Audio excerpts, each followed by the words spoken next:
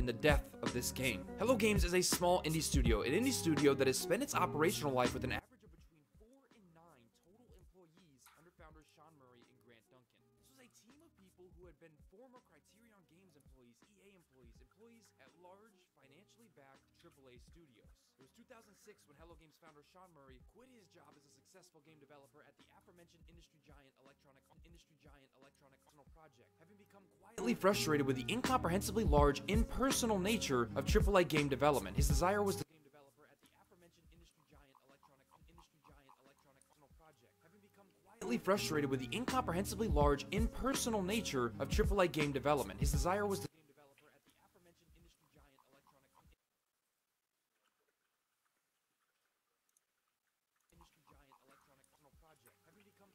frustrated with the incomprehensibly large, impersonal nature of AAA game development. His desire was to game developer at the aforementioned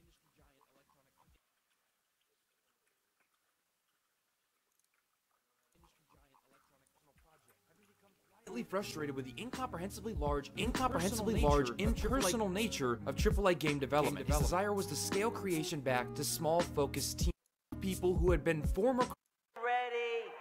Hello Games was completely and utterly unprepared for any facet of the development of a game like No Man's Sky. This is the first and most obvious objective truth that resulted in the death of this game. Hello Games is a small indie studio, an indie studio that has spent its operational life with an average of between 4 and 9 total employees under founders Sean Murray and Grant Duncan. This was a team of people who had been former Criterion Games employees, EA employees, employees at large, financially backed AAA studios. It was 2006 when Hello Games founder Sean Murray quit his job as a successful game developer at the aforementioned industry giant Electronic Project, having become quietly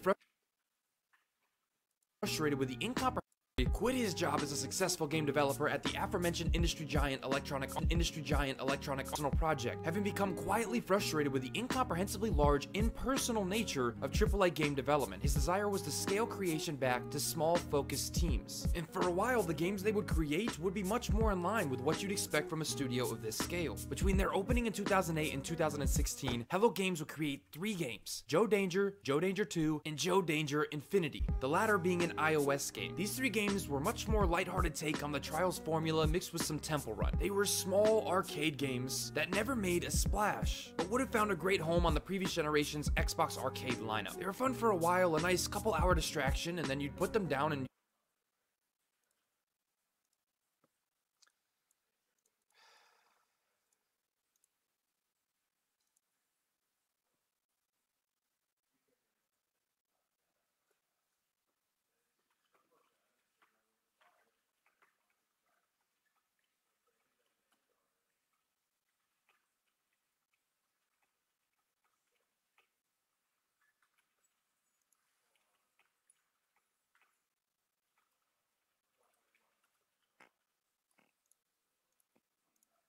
you'd forget they existed. So naturally, after completing 2 small arcade games, the next step is to make one of the largest video games ever made in a genre that your studio is completely unfamiliar with. Hell, in a genre the gaming world is completely unfamiliar with. This will be Project Skyscraper, or as we know it now, No Man's Sky. No Man's Sky began development after Sean Murray built a prototype inspired by the optimist science fiction of people like Arthur C. Clarke around 2012, and the team quickly expanded to 4 people. No Man's Sky would be touched by around 12 different people by the time it was all said and done. That's it.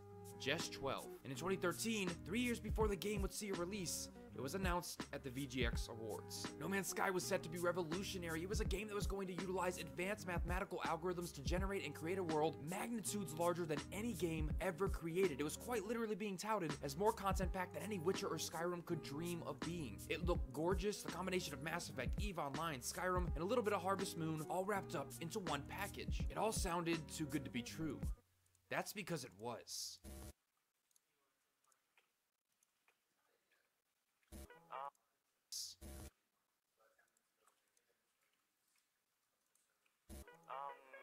You're facing the wrong way, sir. Money and expectations changes everything. Sony's money, and Sony's partnership significantly altered the fate of No Man's Sky. Let's get some of the facts out of the way before continuing down this path. Despite popular belief, Sony does not own No Man's Sky. It does not own the IP. It didn't even publish the game. Hello Games developed and published No Man's Sky on their own, and that way, it is a true indie game. But what Sony did was fund and support the game in exchange for console exclusivity, and even more importantly, Sony spent their dollars marketing No Man's Sky on the grand scale it would come to be marketed on. This partnership allowed No Man's Sky the stages so many indies aren't afforded. Huge parts of E3 press conferences for 2 years, national commercials, posters spread across cities. Sony treated No Man's Sky like it was one of their first-party exclusives. What Sony's partnership meant for No Man's Sky was this: the game now had a partner that was expecting a product sooner rather than later, a partner that had the money to allow No Man's Sky to reach for the stars, a partner that ensures No Man's Sky's commercial success regardless of the condition the game launched in. Sony's money, Sony's support put Hello Games in a position where it made sense to launch No Man's Sky before it was ready, because the game was going to be profitable with this marketing team behind it regardless. And this was an easy decision because the game's development was not smooth. A flood on Christmas Eve in the middle of development took out nearly all of the studio's equipment. They didn't turn to Sony or a publisher for money for a bailout. They took the money they made from Joe Danger and rebuilt and got back to work with the backups and new equipment. But in response, they pushed for the onstage showing that they would get at E3 in 2014. Sean Murray stated that this put pressure on the studio to deliver on the faith Sony had put in them, to give them a product that was worth the treatment Sony was giving it. But money and expectations change everything. With Sony's support and the game being shown far too early, the pressure was on the studio to deliver something tangible and something quick. What this led to was a game that may have launched in a more unfinished state than any game in modern history, a game that makes Assassin's Creed Unity look like a complete and finished package at launch. But why did it matter? Now we're going to run a few tests. This is a simple lie detector. I'll ask you a few yes or no questions, and you just answer truthfully. Do you understand? Yes. This section and the one that will follow it are not issues that are unique to No Man's Sky. Instead, they are issues, problems, that this game, for lack of a better term, perfected or exacerbated. No Man's Sky is a victim of ambition. This is what No Man's Sky was supposed to be, summed up in a short paragraph. You're an explorer existing within a galaxy that's alive. You get in your ship, you fly out into space, there's two warring factions